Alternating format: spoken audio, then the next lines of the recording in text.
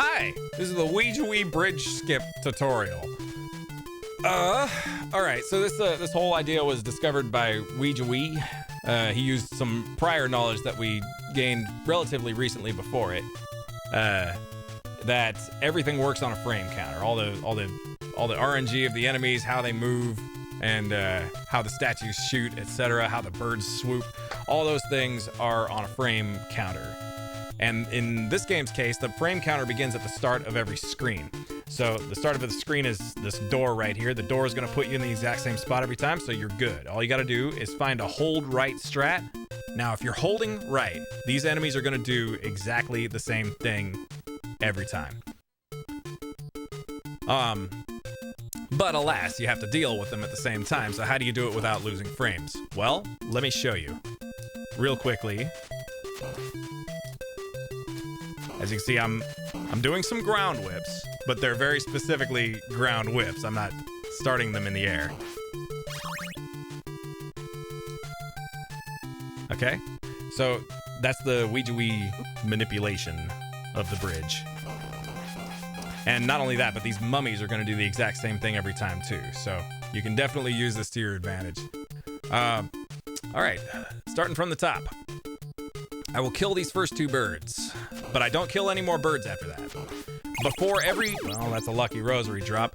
Ground whips only take place before statues. So if you're just holding a direction, you do a ground whip. Okay, that's like a buffer. That's like a buffer for the frame window.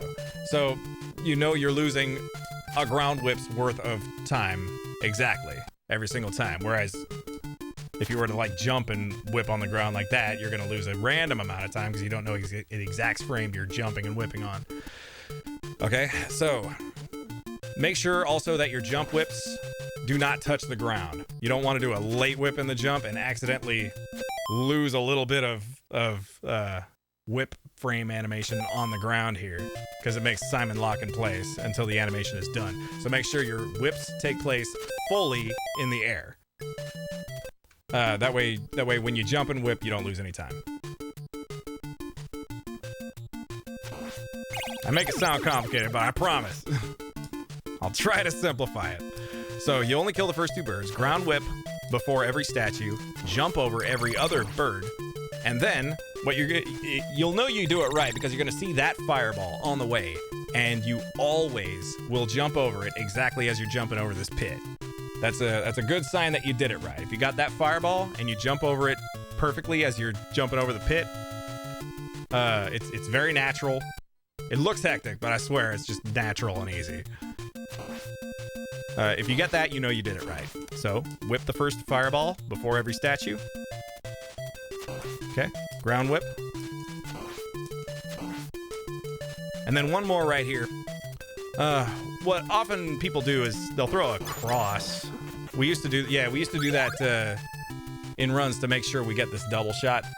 It's an idea. You can, if you have a cross here, you can throw a sub weapon and ensure that you get a double shot for this. So so the sub weapon and the whip, they both lose the exact same amount of frames. They're both 22 frames exactly. So you're good. So the idea is to lose 66 total. Okay, let's start from holding right. You can even do a cross. Makes no difference. Jump over the birds either way. Do the cross right there. Hey, look, a double shot. Yeah, that's a way you can ensure a double shot. Usually it drops from this candle at the end, but if not, that's fine too. You can still kill the mummies really easily with a single shot. I assume not everybody's gonna have the boomerang here, but I'm just outlining that cross throws and whips are the exact same thing and they work exactly the same. So if you still need your double shot, yeah, by all means, throw a cross before every single statue as well.